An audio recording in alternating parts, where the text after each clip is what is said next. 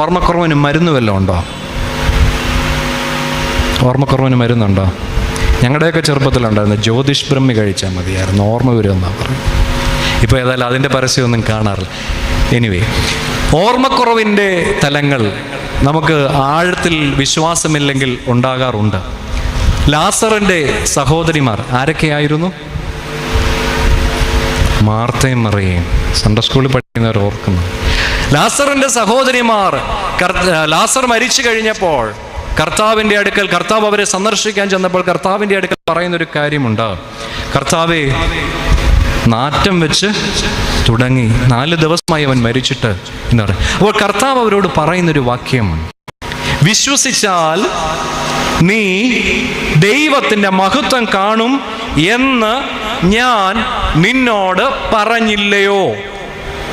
ആ പറഞ്ഞത് ആര് മറന്നുപോയി?